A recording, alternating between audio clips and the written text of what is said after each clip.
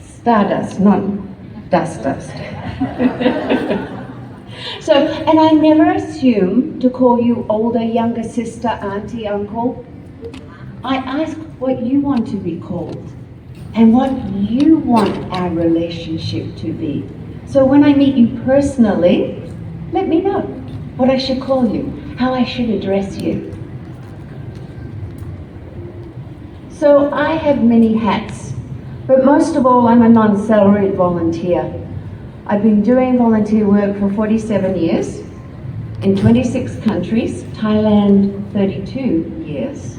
So Thailand's my home. And I've lived in Asia more than 2/3 of my life. So a lot of my Asian friends call me a boiled egg, yellow in the middle and white on the outside. And I think my heart is that way. I sort of have culture shocks when I go back to Australia. But today I'm with you as a World Laughter Ambassador, and I've added wellness as well, because as we know, laughter really opens us up to so many modalities, so much, holistic care, right? So we know what laughter yoga does. We know all the positives. We know all the pluses. There's just numerous. This doesn't even cover it. But what's adapted love and laughter? So I found when I laughed with people in their suffering, I connected. And it wasn't just laughter, there was tears, there was pain, there was all kinds of emotions. But above all, this elicited a great compassion. So, love and laughter. And that's the cornerstone of my practice, love and laughter. So, adapted love and laughter came out of several needs. I work a lot with people at end of life, people who are dying. I train doctors, nurses, volunteers, non-medically, how to have presence, how to be there on the person's terms. So in short, today, and in every session, anything I do, I make you the boss. You get to say what you do today and what you don't do. If you don't want to laugh, you don't have to. If you want to shut your eyes and go to sleep, you can. It's up to you. I'm not going to force or demand anything. It's a collaboration. So, meeting with people who are dying, people who are differently abled. I work a lot with autism and aging populations, Alzheimer's, traumatic brain injury, stroke. I really had to adapt laughter yoga, because what if you can only use one hand? Right? What if you don't want to look someone in the eyes? What if that's uncomfortable? So I've adapted this. I do regular laughter yoga like everything we do, but also for special populations, aging, chronic illness, pain, people at end of life, I've had to adapt to meet a need. But also I've had to adapt to meet my needs. So I'm autistic. I have a lot of learning disabilities. Everyone goes, once you get to know me, you'll see it. It's there. If you've seen me walking around the back, or sitting in the far corner, or going into the next room there, I found a ledge that I can hide behind a curtain and sit out and look at nature when I need to recharge. If you've seen me doing this, or this, I'm grounding myself. So, I have dyslexia, dyscalculia, and dyspraxia and dysgraphia as well, and I'm ADHD. So I've got a whole barrel of hidden disabilities. And because I look so outgoing and gregarious, no one guesses it. But I feel, see, taste, smell, use all my senses up to 42% more than you. So if you walk past me with perfume on, I can taste it in the back of my throat for 2 hours. When the laughter gets too much, I start crying. It overwhelms my senses, even though I love it. So I had to create something because I was doing 2 to 3 one-hour sessions a day in tropical Asia without aircon, in hospitals and with people dying, and just very intense children and teenagers and government officers. And I got to a point after a few years that I actually really burnt out and I had adrenal fatigue. So I'm also a trained yoga teacher, though I don't teach. And we know in yoga that you really shouldn't practice every day at such intensity. You have to have recovery days. So I thought, I need to create something that can be laughter, can be gentle, can return me to homeostasis, and can also reach the people that sometimes are marginalized. So we talk about world peace through laughter, but that means including everybody. So I thought, how can I do this? And of course, like Merv, research, and it's incredible, actually. So this is why I say you don't actually even have to laugh out loud. You can close your eyes, you can go to sleep. You can do what you need to do to feel safe. So, I'll give you an example. We don't have a lot of time. There is a handout afterwards, and there'll be a copy of the slides. So I'll try not to talk too much.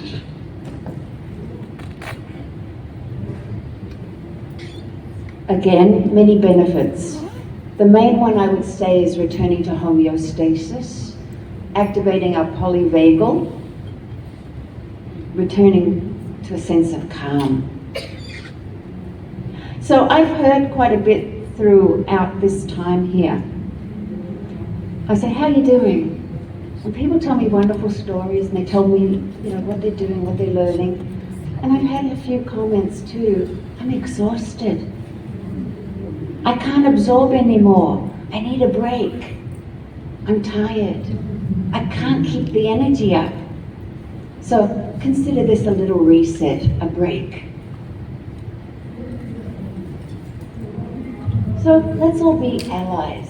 Allies, first of all, to ourselves and to each other.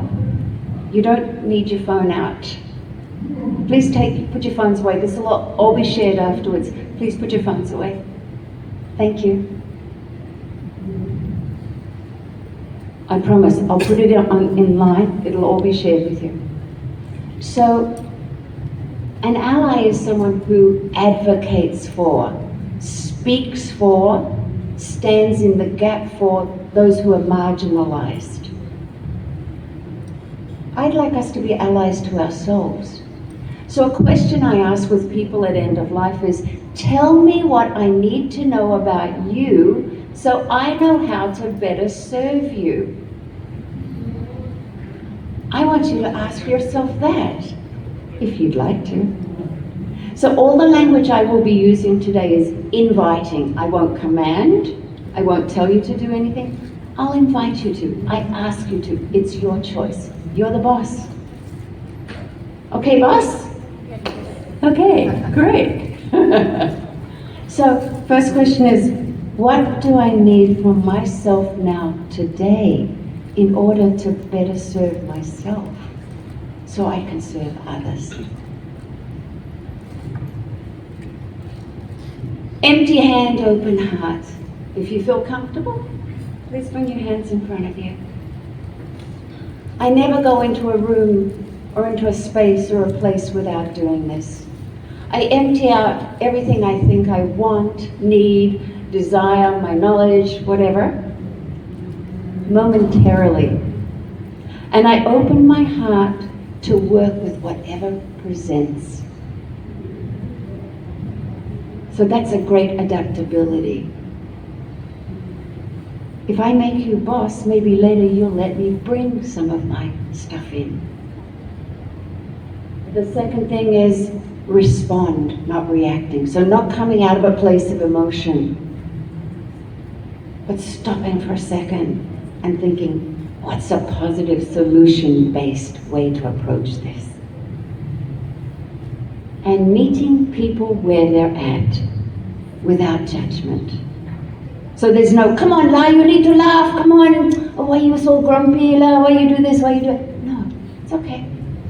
Responding is, how can I help you today? What's up?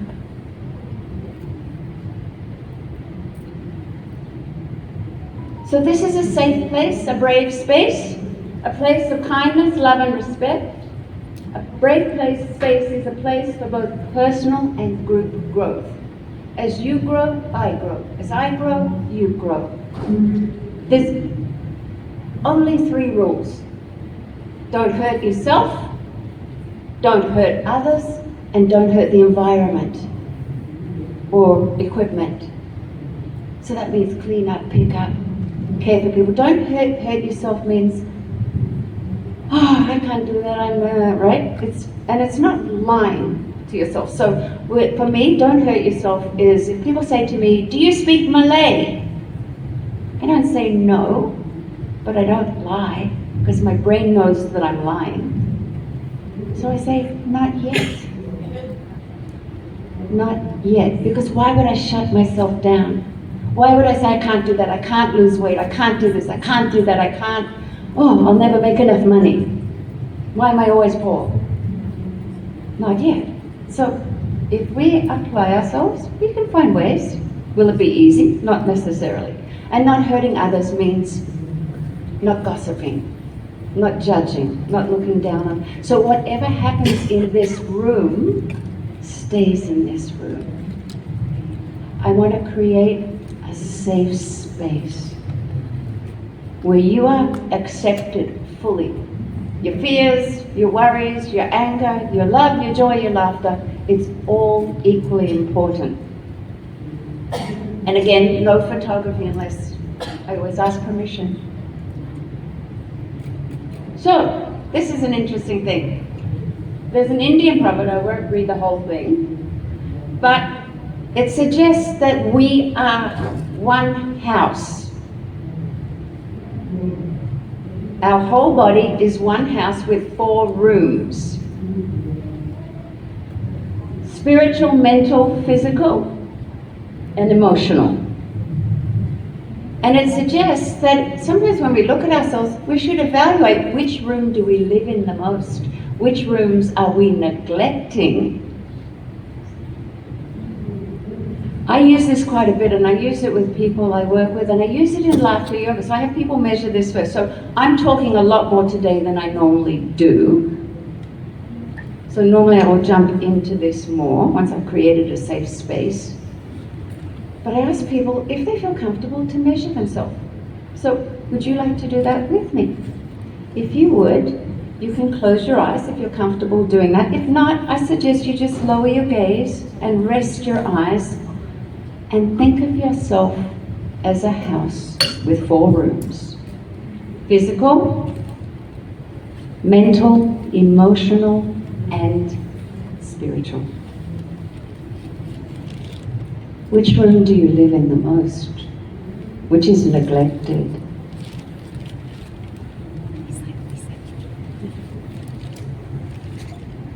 Now I ask you to zoom back a bit and look at the whole house. And think of the whole house as one and evaluate yourself. How do you feel right now in this moment as one house? We're going to give ourselves scores 1 to 10. 1 would be terrible. 2 to 3 would be bad. 4 to 5 is okay. 6 to 7 is good. 8 to 9 is great. And 10 is excellent.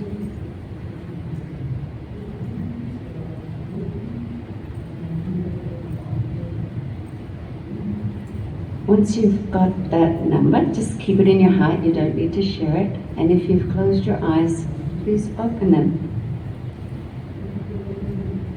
This is a good way. I do this a lot, and I do it specifically once a week. How am I doing?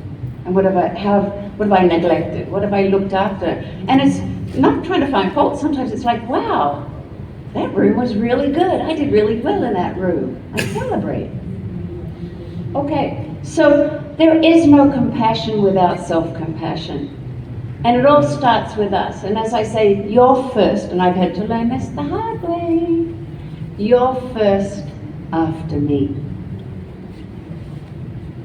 So compassion starts with us. Once we find compassion, then we can move to compassion for others, compassion for communities, and compassion for nature. This is a fabulous breathing tool. I won't read it. I'll show it to you in a minute, but I've given you the details so you can use it. It is incredible. If you're stressed, if you're overloaded, overwhelmed, this returns you to homeostasis very quickly. And this is where we're going to start. This is havening. So if you'd like, cross your arms, take your arms up to your shoulders, and run your hands down. This is very self-soothing. If you feel more comfortable, you can squeeze. Some people prefer squeezing. I use this with people who are dying, who like touch and want to be touched. I do it for them. And it's incredible. I might take it all the way down their arms.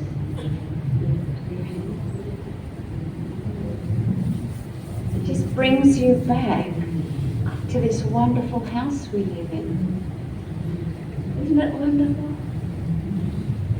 You can do it on your face.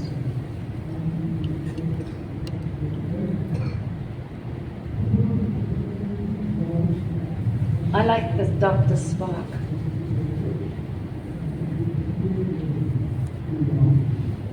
Or when I do havening, I also grab my shoulder and give it a rub and then run it down. Sometimes we only talk to our body when it's hurting. Oh, I'm so clumsy, I'm so stupid, oh, I'm so fat, I'm so thin, I'm so this, I'm so that. Well, guess what? Your body's listening. Remember that song we sing, every little cell is happy and healthy? So let's create a safe place here. No matter where you go, you can bring this with you. So first of all, I invite you to draw a circle with your fingers around you. So in this session, there's no touching each other without permission. So this is safe. This is your space. Bow your head to your space. It's the sacredness of this space. Please bow your head to the sacredness of each other's spaces. Come back to havening. And you can repeat, if you wish, after me. I am safe. I am safe in my body. I am safe in my life.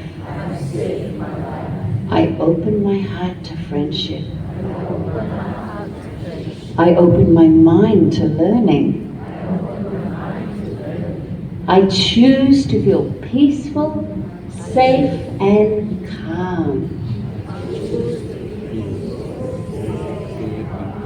Now enjoy the feeling of being back in your body. Welcome home.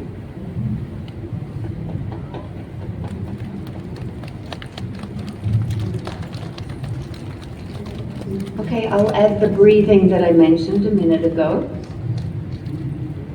So it's 2 inhales. The first inhale is very full, till you can't almost take any more. And the second inhale is just a little sip of air to get the final breath. And then we're going to sigh it out with noise. So let's breathe first before we do the arms.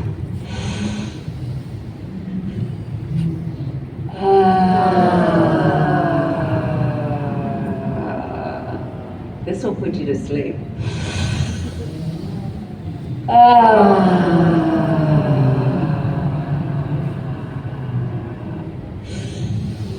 And now use your arms.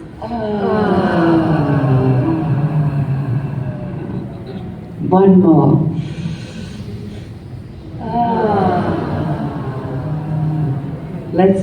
See, you'll start yawning. It's incredible.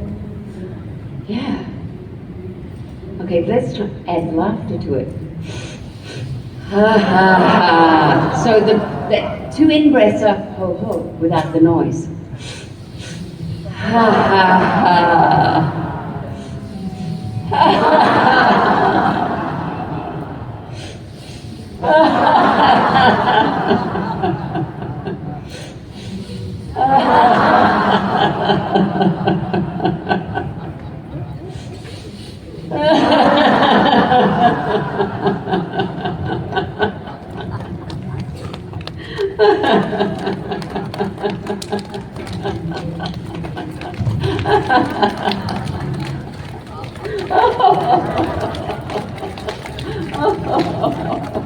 Pat yourself on the back. Yeah.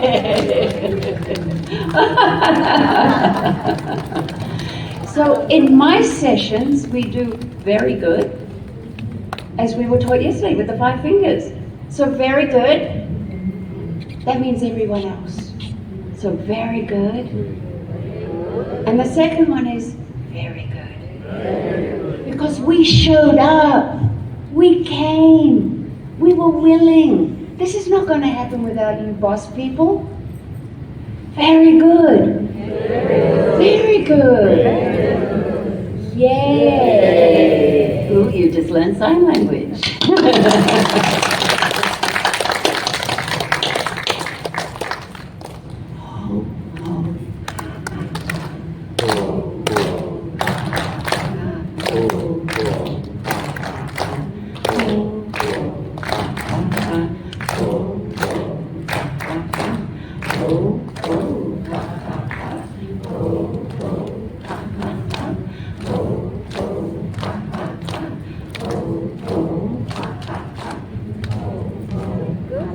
Very good.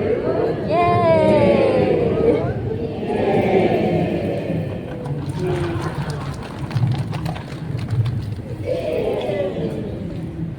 There's a lot of energy without using a lot of energy.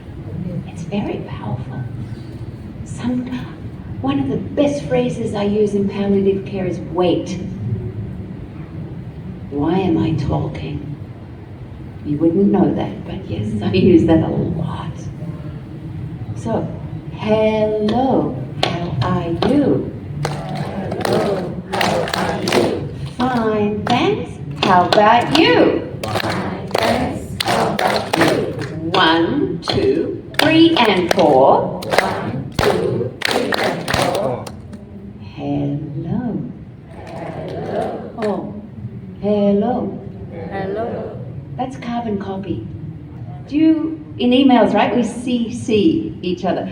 Some of us will remember carbon paper that we used to put between the pages, and we'd type, and it would make an exact copy.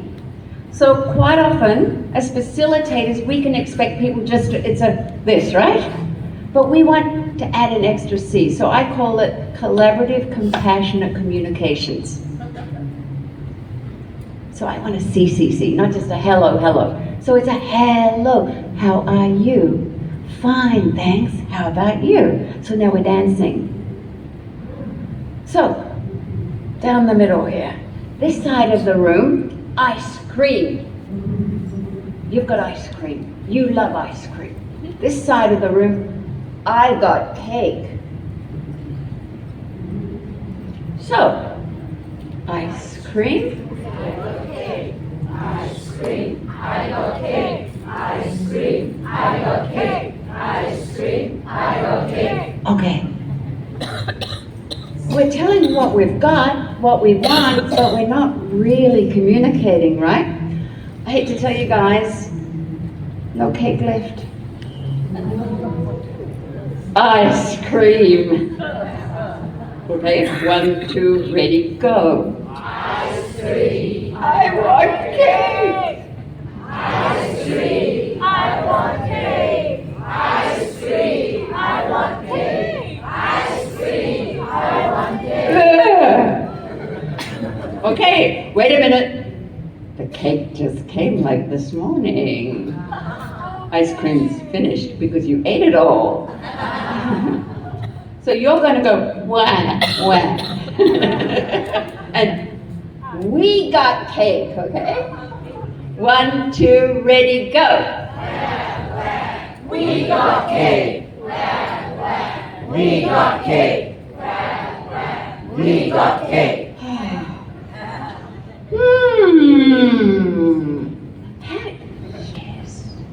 Yes. What's better than ice cream? What's better than cake? Ice cream with cake. Oh my goodness. So let's do it together. Ice cream, we got cake. Ice cream, we got cake. Ice cream, we got cake. Ice cream, we got cake. Ice cream, we got cake. Yay! Very? Fantastic. Hello, you are boss. Yeah. But now that we've joined with cake and ice cream, I think we've got good collaboration. So let's, hello, this side. You are boss. This side can say, thank you, so are you. So when we give power back to people, and we meet them where they're at, without demanding or forcing, they will meet us too. And they'll say, give me what you have. I want your cake, I want your ice cream. Let's share. So, hello, you are boss.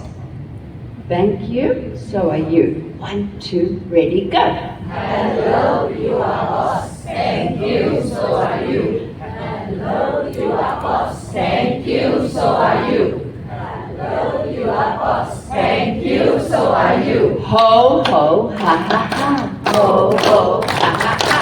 Ho, ho, ha, ha, ha. Ho, ho, ha, ha, ha. Ho, ho, ha, ha, ha. Ho, ho, ha, ha, ha. Ho, ho, ha, ha, ha. Ho, ho, ha, ha, ha. Shake it out. Ooh, ha, ha, ha.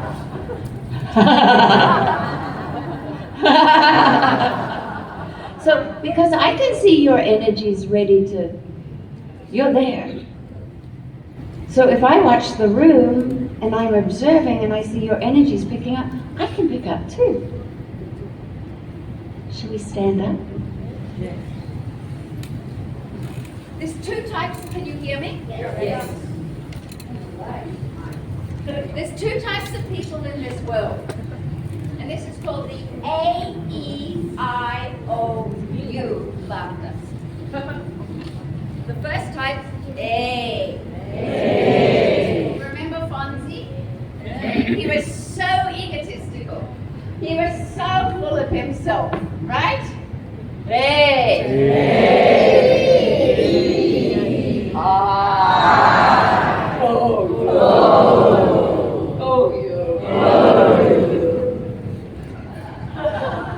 So 2 types of people as well. One comes in, here I am. Here I am. The other goes, oh, there you are. So let's do the second A-I-O.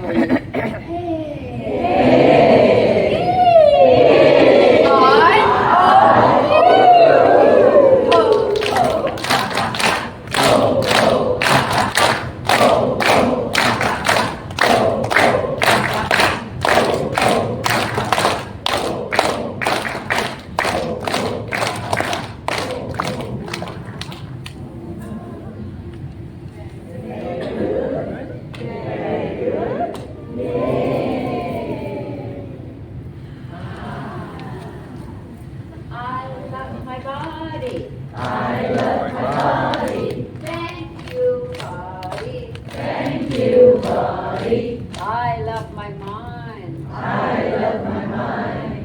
Thank you, mind. Thank you, mind. I love my spirit. I love my spirit. Thank you, spirit. Thank you, spirit. I love my emotion. I love my emotion. Wait a minute. Do we really love our emotions? Yes. Good. When we're angry? When we're sad? Okay. It's hard sometimes. It's hard to love those emotions, right? Right? But they're wonderful signals. So if you see someone angry or sad or depressed or whatever, actually, this is great. It's not great for them, but it's an opportunity. Because every emotion below it has a signpost as to our values. So, say for example, yesterday I was feeling anxious. Because I have autism, I get very anxious. So if I walked around going, I'm anxious, oh my God, I'm anxious, when will this ever go away? And it makes it worse, right? But if I go, it doesn't exist, well, guess what? It still does. I know I'm lying. Laughter can shift things. It really can. But sometimes you want to look below the Band-Aid. So I looked below the Band-Aid and I said, why am I anxious? And I thought, I want this to go really well. I'm not afraid of you, actually. So why am I anxious? And I thought, am I a perfectionist? Kind of, yeah. But it was more than that. Actually, I don't really, it doesn't matter whether this is great or not for me. I'm not trying to drum up business. I'm not trying to get likes. I'm not. So why? Why? So I kept going. Why am I anxious? Why do I want this to go well? And it's because, you know what? I care about the populations I serve. I really care. And I care for you. What does that mean? Time's almost, time's up. Time's up. Almost time's up, yeah. She tells me at the end. Actually, we started late, right? So, what was he saying? Underneath that, I thought, wow, under that anxiety actually is compassion. There's my value. I love my emotions. Thank you.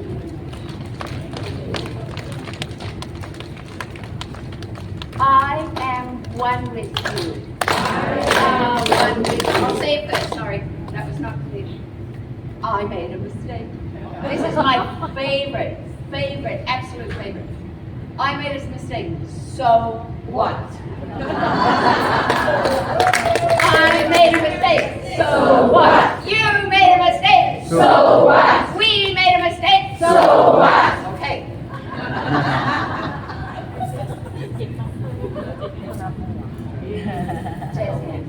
So,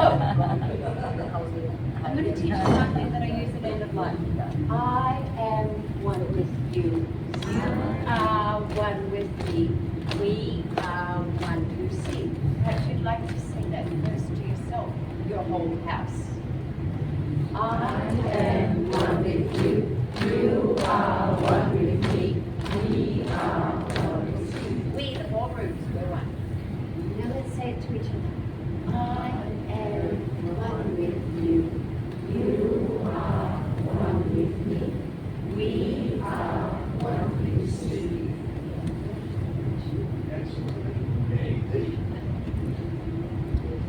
He said he didn't want to come if there was no touching. No, yesterday we did this together. So when I work with people at end of life, I'm not going to laugh in the face, but if I've laughed with them and built communication, accepted them as they are, done the work that's needed so that they trust me, and I've kept my word, and I've respected their human dignity, we have a relationship. And so sometimes I take a joke. If they like touch, and I know this because I have a relationship, when they're dying, I tap their hand. And I hug. Hold.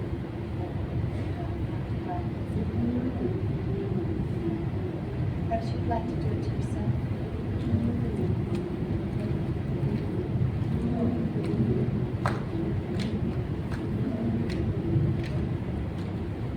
I am one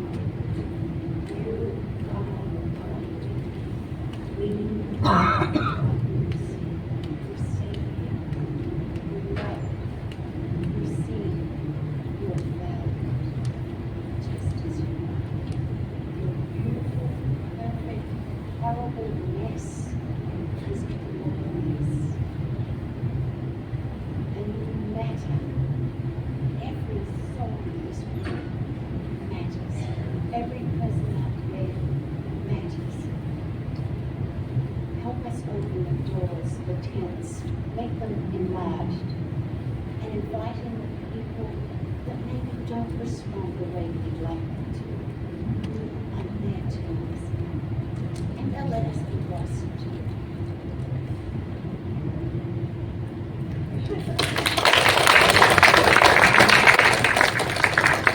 Well, because our time is so short, let's check out. If you feel comfortable, close your eyes or lower them.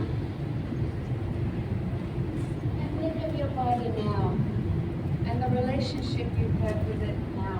It's a beautiful house in all its glorious messiness that helps us to be humble and compassionate, that gives us challenges, and gives us great pleasure, delight, joy. Everything we need is here. This is our pharmacy. This is our vehicle for a spiritual practice. This is our wonderful travel bag. Think ahead. Look at your numbers. 1 is terrible. 2 to 3 is bad. 4 to 5 is okay. 6 to 7 is good. 8 to 9 is great. And 10 is excellent.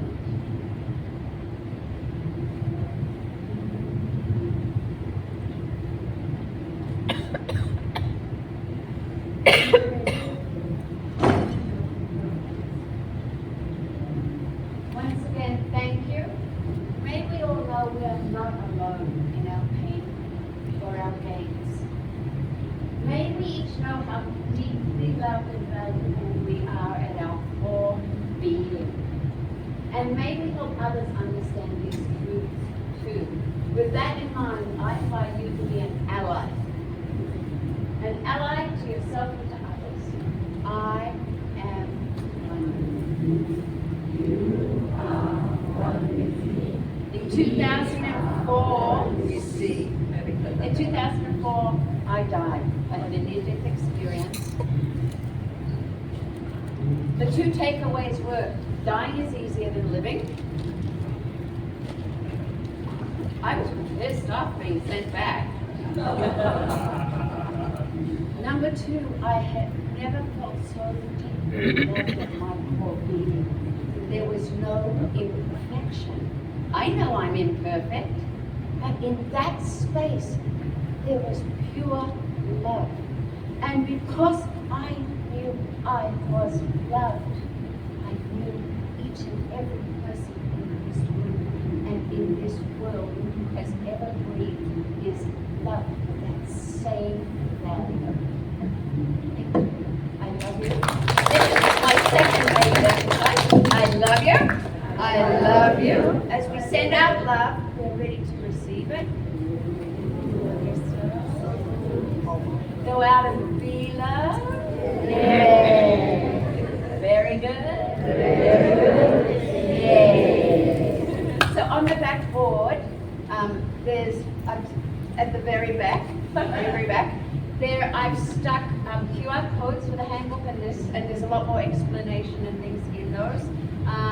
As well as I never do a program without, because I go around into people's houses and I open up cupboards.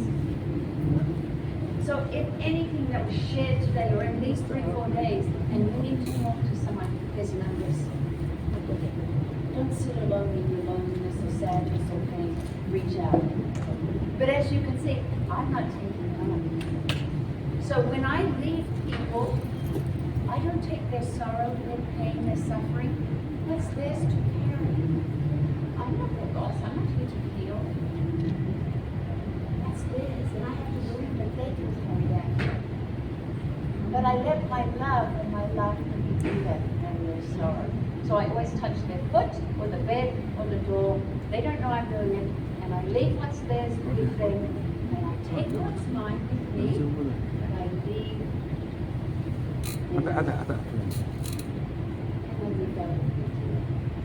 Thank you, everyone. Thank you. Everyone love the session? Way! Please give her very good. Her way. Yes, very good. Yay! Thank you so much. I love it also. Although I'm busy, but I'm still really love it. I have a question for Dusty. So when you're dealing with people in palliative care, it would be pretty simple to see their pain and where they're at, and to reach out to them in a very empathetic way. When we are running laughter yoga sessions, we get people coming in and we don't know where they're at. We all know we're somewhere, and the last thing we want to do is trigger anything. So they may come in, and I will very respectfully say, what brings you here?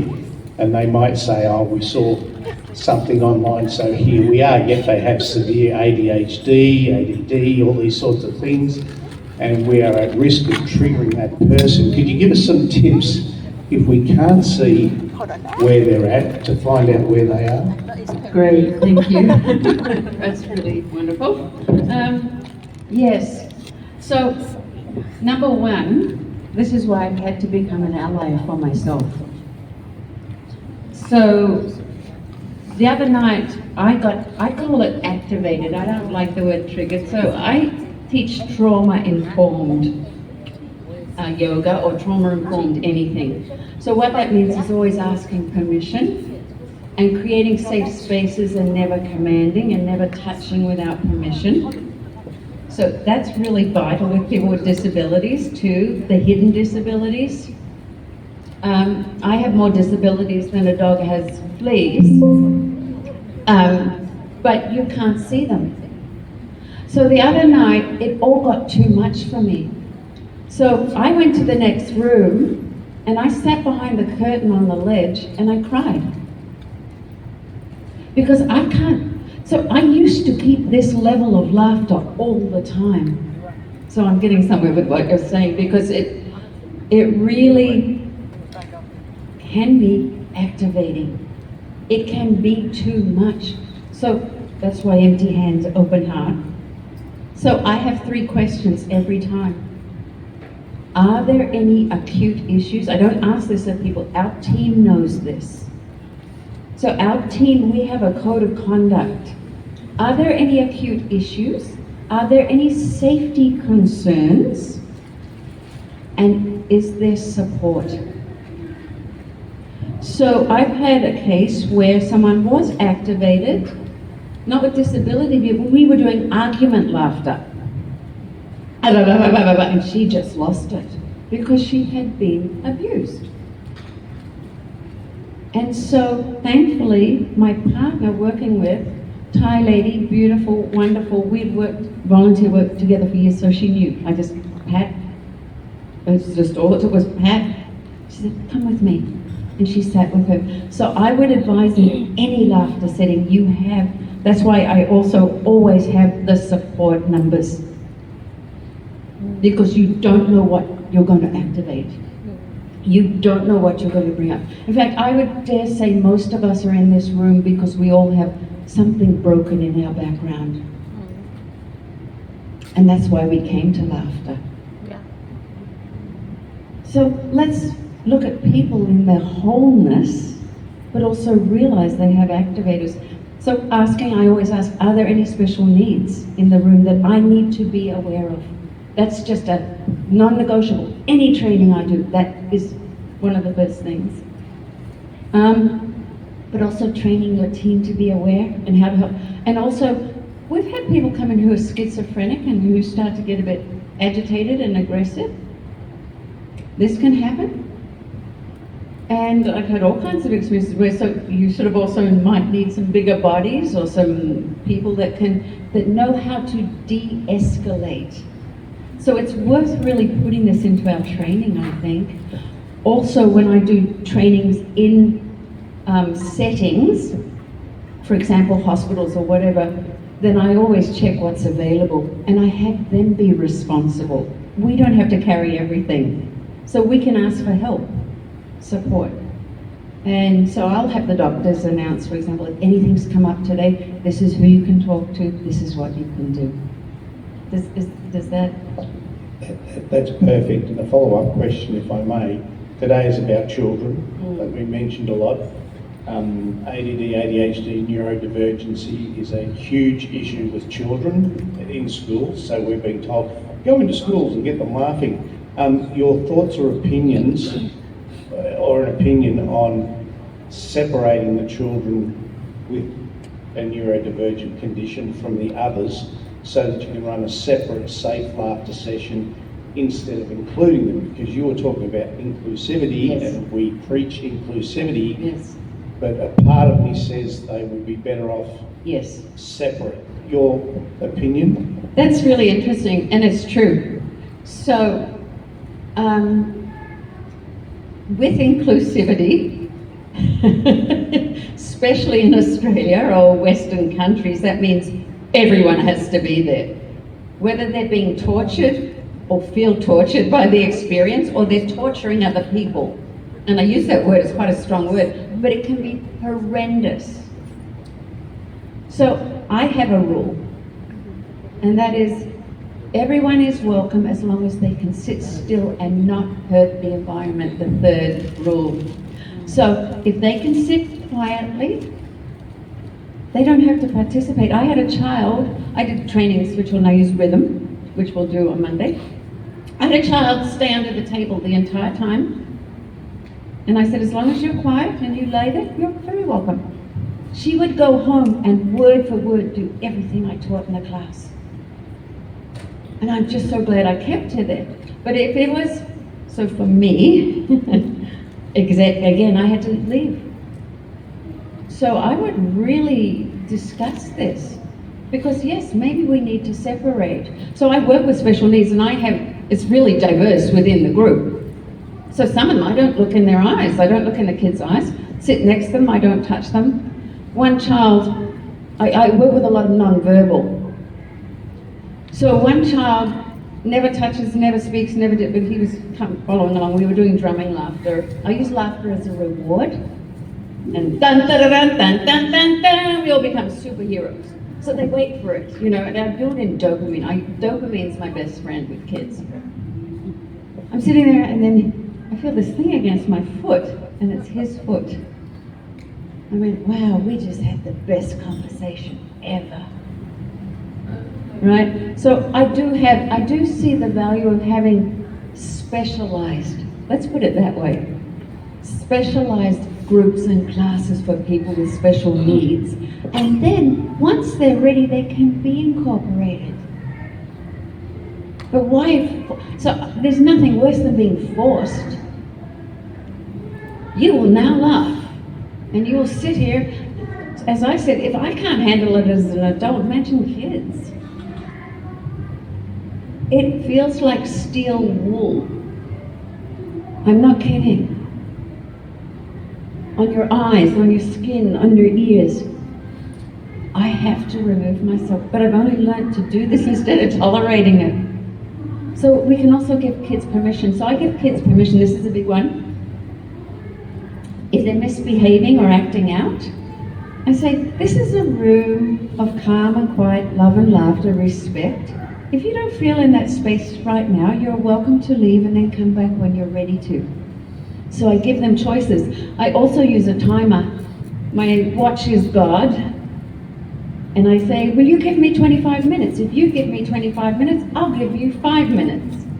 Free time, you can do whatever you want with the instruments. And they count down, so they feel they have the decision to go 1, 2, ready, play. And when it rings, gring, gring, I go, oh, we all pretend to cry. And I've just built in this whole, wow, I love this, oh, that's the reward. And they'll give me an hour, you know, but I break it into 2 25s. So if a kid's misbehaving or cannot tolerate it, I will have helpers take them out for a break. It's not a punishment. Because I'm taking them where they're at, or an adult for that matter. I mean, boy. So take a break, and then you can come back for the second session. So this is why I put this. I try and create a safe space, so there's a place they can go, there's a place you can be, and it's your choice. Does that help? It's perfect, thank you.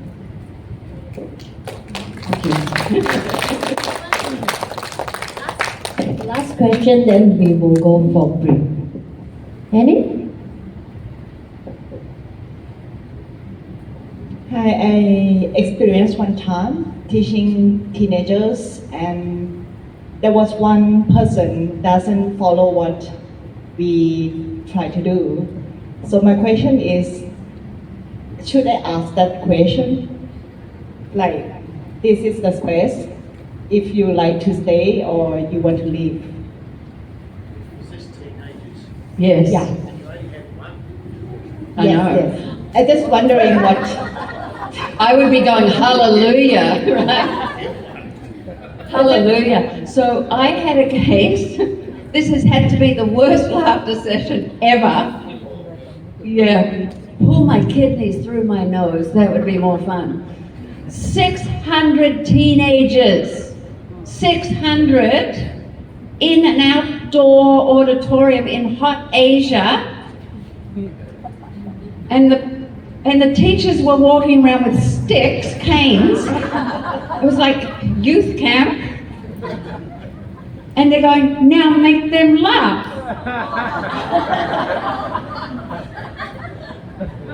So I climbed up on the bleachers because it was an outdoor auditorium.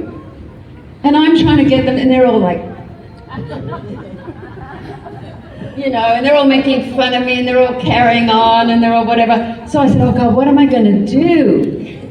So this is adaptability. I said, and I'm looking at the teachers, and they're all threatening them. I said, I got an idea. I have the teachers. Now the teachers are going to demonstrate to you. And please put your sticks down. Come up. And I got the teachers dancing and doing the most outrageous. And I said to them, you can't expect teenagers to do what you won't do. Will you please help me? Of course they did. So the teens were then just rolling on the floor. And they started to join in. So they got a bit of collaboration. But they were still quite angry. So then I had them all sit. We did a laughter session together and we did things. And I sat and told them, sat on the floor and told them my story. And they started, blah, blah, blah, blah, blah. So I said, excuse me, do you have something important to say? Would you like to share it with everybody? And they went, no. I said, oh, okay, because this is an equal space. Anyone who talks, I'm assuming they want to say something. Oh. And I said, I'm here pouring my heart out to you because I care. You don't have to like it, but please help me. If you can listen to me, I'd really appreciate it. And they all shut up. And if not, if you want to talk, you're very welcome to come and sit with me. They all shut up. 600 children. 600 teenagers. I got them cooperate. But yes, no one, like you said, hallelujah. That's the least of your problems. I mean, Asia is so much better than what we deal with. Okay, thank you. Yes.